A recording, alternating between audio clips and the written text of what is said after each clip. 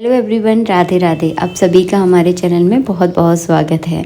नदी के किनारे दीपदान कैसे किया जाता है। वैसे कार्तिक के महीने में अगर देखा जाए तो नदी में ही दीपदान का महत्व माना जाता है, लेकिन हर शहर में नदी नहीं होती है, तो हम अलग अलग तरीके से जो है ना आप सबको दीपदान करना सिखाते हैं। अगर आपके शहर में दीप नदी है, अगर आप किसी तीर्थ स्थान में जा रहे हैं तो वहाँ पर आप नदी में इस तरह से दीपदान करेंगे तो आपको परम पुण्य की जो है ना प्राप्ति होगी। और सही मायने में अगर देखा जाए तो नदी में ही जो है ना दीपदान किए जाते हैं कार्तिक के महीने में।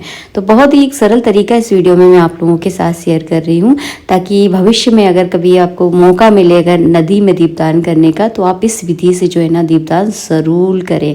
बहुत ही ज़्यादा परम पुण्यदायी होता है इस तरह से। तो हम लोग जो है ना घाट पर आ गए हैं, और दीपदान जो है ना हमेशा सूर्य अस्त के बाद किया जाता है। तो सूर्य अस्त के बाद ही जो है ना आप सबको दीपदान करना है, या फिर सूर्य उदय होने से पहले करना है। या तो सुबह सुबह आप सूर्य उदय होने से पहले दीपदान कर ले, या फिर आप सूर्य अस्त के बाद दीपदान करें।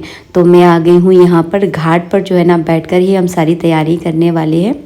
आटा जो है ना मैं गूंद कर लेकर आई थी। तो मैं अक्सर जब भी मैं नदी में दीपदान करती हूँ तो आटे के ही करती हूँ। आटे के मैं इसलिए करती हूँ क्योंकि जब दीप बुझ जाते हैं ना, तो जो आटा बचता है ना उसको, वो जो है ना आटा मछलियों का भोजन बनता है। तो इससे आपका राहु ग्रह भी बहुत अच्छा होता है। जब भी आप मछलियों को दाना चुगाते हैं या आटा खिलाते हैं तो उसका आपको राहु आपका बहुत प्रसन्न होता है, लक्ष्मी की जो है ना आपको प्राप्ति होती है। तो बस हम लोग बैठ गए हैं। अब आप कितने दीपदान करना चाहिए, चलिए सबसे पहले मैं आपको बता दूं। तो संख्या वही रहती है 5, 7, 11, 21। अब आपकी जितनी मर्जी हो उतने आप दीपदान कर सकते हैं। दीपदानों की कोई संख्या नहीं होती है, तो जितना ज़्यादा हो सके उतनी ज़्यादा जो है ना दीपदान करें। और नदी के किनारे बैठकर जो है ना बड़ा सुकून मिलता है। आपको वीडियो देखने में कैसा लग रहा है? मुझे तो सच में बहुत अच्छा लग रहा है।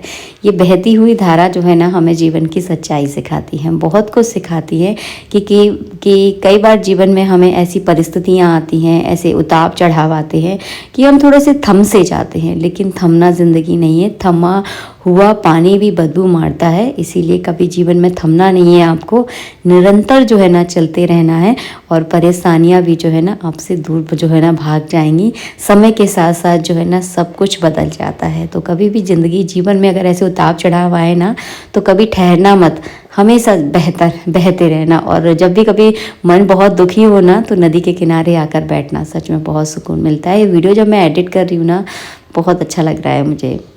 यहाँ पर हमने दीपक तैयार कर लिए हैं। सभी दीपक में जो है ना मैंने घी की बातियाँ लगाई हैं। अगर आपके पास घी इतना पर्याप्त नहीं है तो आप यहाँ पर तिली के तेल का भी प्रयोग कर सकते हैं। जब भी हम नदी में दीपदान करते हैं, इस तरह के छोटे छोटे दीपक बनाते हैं, तो इनमें इस तरह से जो है ना तिली आप ज़रूर डालिएगा। सफ़ेद तिली भी डाल सकते हैं, काले तिली भी डाल सकते हैं।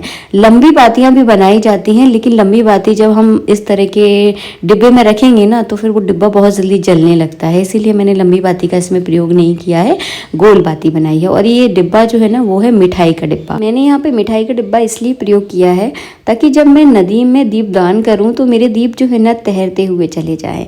और तैरते हुए दीप दानों को जब आप देखते हो ना, तो मन में बड़ी सुकून और शांति मिलती है। तो आप यहाँ पे पत्तों का भी प्रयोग कर सकते हैं। उसमें थोड़ा सा ज़्यादा तामझाम रहता है, थोड़ी ज़्यादा व्यवस्था आपको करनी पड़ेगी, इसलिए मैंने एक सरल तरीका आपको बताया है। इस तरह का आप मिठाई का डिब्बा लीजिए, उसमें आप इस तरह से सारे दीपकों को रख दीजिए, और ईजिली जो है ना आपके दीपक बहते हुए चले जाएंगे और वहाँ तक पहुँच जाएंगे जहाँ तक आपकी इच्छा है कि हमारे दीप जो है ना वहाँ तक पहुँच जाए। तो इसीलिए जो है ना मैं मिठाई के डिब्बे का यहाँ पे प्रयोग कर रही हूँ। और ये जो है ना कोई प्लास्टिक का नहीं है, ये जो होता है ना गत्ते का है। तो नदी में इससे कोई नुकसान नहीं होता है। इसके बाद संकल्प आपको ज़रूर करना है। कहते हैं संकल्प से कार्य की सिद्धि होती है। तो हमने पंडित जी ने जो है ना हाथ में जल लेकर चावल लेकर संकल्प किया है, क्योंकि संकल्प से जो है ना वो कार्य की सिद्धि होती है, इसीलिए संकल्प करना बहुत ज़रूरी है। इसके बाद यहाँ पे दीपक का पूजन किया है हमने, वही रोली चावल से आपको साधारण सा पूजन करना है। अब करेंगे हम दीपक को जो है ना नदी में प्रवाहित करेंगे। तो चलिए आप लोग देखिए।